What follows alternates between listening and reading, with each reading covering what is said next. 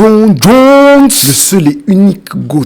Je sais, j'ai eu une histoire tumultueuse avec John Jones. On s'est battu dans les commentaires. On s'est battu, vous m'avez insulté. Ça fait mal quoi. Mais bon, on est là aujourd'hui pour parler de sa victoire contre Stipe Miocic. Mais quelle démonstration. Quelle démonstration. Bonjour et bienvenue dans la review de l'UFC 309 où on va parler de John Jones. On va parler des 3 combats principaux. On va commencer par le main event, tiens. Ou attends, pour le watch time. Non, on va finir par John Jones, voilà. N'oubliez pas de liker, partager, commenter comme d'habitude. Merci, je vous ai dit de vous abonner. J'oublie tout le temps de vous dire de vous abonner. Abonnez-vous. Bonical, le combat de Bonical était bien. Je m'attendais à plus de grappling, je sais pas, parce que Paul Craig est connu pour son jiu-jitsu et Bonical pour sa lutte. Du coup, je voulais voir un peu comment ça allait matcher, mais ils n'ont pas essayé une seule fois. Du coup, c'était que du striking. Bonical a gagné, le combat était pas forcément impressionnant, mais quand même belle victoire. On passe au prochain combat, Charles Oliveira contre Michael Chandler. J'avais mon cœur entier sur ce combat. Charles Oliveira, c'est probablement ton combattant préféré. C'est le combattant préféré de ton combattant préféré. C'est le combattant préféré de tout le monde. Au-delà du combattant, c'est l'humain qu'il est. Charles, je parle une phrase de portugais. Au campeão o tem nome, au Charles do Bronx Oliveira. Quelle démonstration. Là, c'était vraiment une démonstration. Il a montré à Michael Chandler qui était bien meilleur que lui. Par contre, Chandler, il a eu une nouvelle approche avec ce combat. Il avait dit qu'il allait être plus calme, plus calculated. Et on a vu ça. Il était un peu trop calme. Même. Il est passé à 2 doigts de se faire finir. Genre,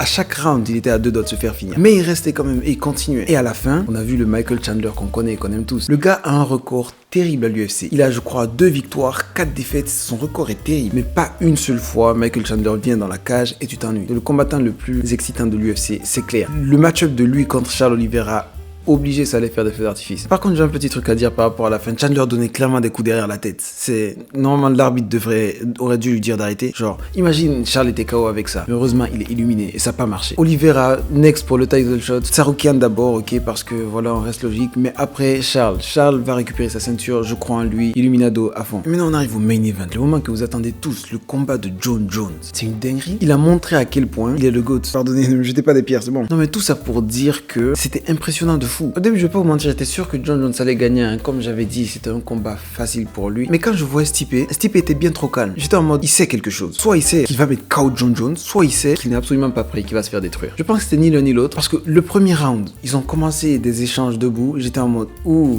ça sent mauvais pour Jones. Parce que je sais pas pourquoi. Le fait que Jones ne se laissait absolument pas toucher par Stipe, mon cerveau était en mode, ok, si Stipe le touche une seule fois, il va être KO. Je sais pas pourquoi mon cerveau a sécrété ça. Et toute la durée du combat d'ailleurs. Et la première fois qu'il le met à terre, le ground and pound, les coups de coude de John Jones. Respect à Stipe, hein. On a mal parlé sur lui. On n'a pas mal parlé sur lui. On a juste dit que c'est un vieux, c'est la vérité. On a vu hier un vieux se battre. On a vu ce que ça donnait. Et tout ça pour dire que à 42 ans, se prendre des coudes énervés comme ça d'un John Jones énervé avec un gros ventre. Nah, respect à Stipe d'avoir survécu à ça. Je croyais que ça aurait fini au premier round. Je m'étais dit, wesh, pourquoi Jones se donne autant de mal pour finir là? C'est qu'il n'a pas de cardio pour la suite.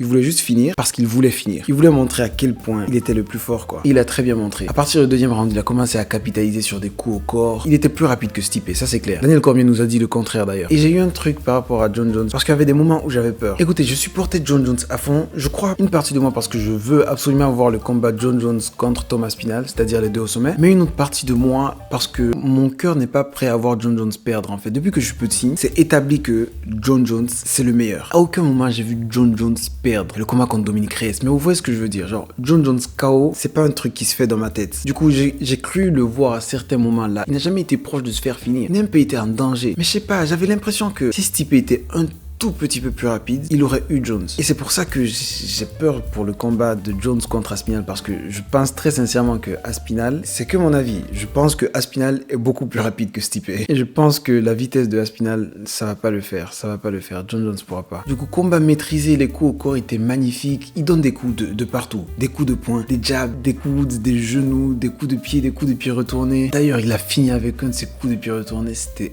trop beau. Et après, le coup qu'il a chargé sur la tête de Stipe, heureusement c'est pas passé, sinon Stipe aurait encore perdu 16 ans d'espérance de vie, déjà que Francis lui a enlevé 56 ans. Voilà, non, très beau combat, très belle démonstration de John Jones et très belle résilience de Stipe aussi quand même. Du coup, ouais, quelle est la suite pour John Jones? Vous savez très bien mon avis là-dessus, j'ai fait 2 vidéos là-dessus carrément. Je crois que c'est Thomas Spinal qui doit être la suite. J'aurais aimé qu'il y ait un face-off à la fin, mais je savais que ça n'allait pas arriver tout simplement parce que John Jones n'a pas envie de se battre contre Thomas Spinal, pour des raisons qu'il a donné. On croit ou on croit pas. Mon avis a déjà été dit, voilà. Mais il n'a pas envie de se battre contre Thomas Spinal. On lui a posé la question. Il a parlé de Jésus. On aime Jésus, ok? Rien contre le gars. Oula, non, qu'est-ce que je dis Non, mais genre, c'est pas le sujet. Genre, il a dit qu'avec Dana et Hunter, il pourrait régler quelque chose dans les contrats pour qu'ils puissent accepter ce qu'on veut voir. Il a dit ce que you guys wanna see. J'ai mélangé le français et l'anglais.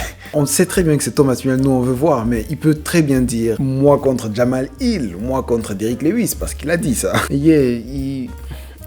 En fait, je suis en mode, il esquive Thomas Pinal, mais le fan de John Jones en moi est en mode, tu as raison d'esquiver Thomas Pinal, parce que la vitesse de Thomas Pinal est effrayante. Je pense très sincèrement que ça va mal se passer pour John Jones. En tout cas, je veux voir ce combat. Mon cœur n'est pas prêt à voir John Jones perdre, mais je veux voir ce combat parce que c'est la bonne chose à faire. Et Thomas Pinal mérite d'être champion indisputé, c'est clair et net. Voilà, mis à part le fait que Jones ait esquivé Thomas Pinal toute la semaine, il a même fait une interview dès qu'il a entendu un accent anglais. Quoi qu'il en soit. Non, très belle carte, il y avait beaucoup de finish, il y avait de beaux combats, et hâte de voir la suite. Derrière, il y a de très belles annonces pour l'UFC 310, il y aura une vidéo là-dessus, donc abonnez-vous pour ne rien manquer. Vous avez vu comment je suis un bon youtubeur? Like, partage, commente, abonne-toi, j'ai déjà dit, et à la prochaine. Dans quel autre sport tu vois le président de la République se présenter comme ça? Il y a ça au foot, hein. Mais sérieux, genre Trump il est là, au lieu de gouverner le pays, il regarde John Jones se battre. John Jones c'est quelqu'un quand même.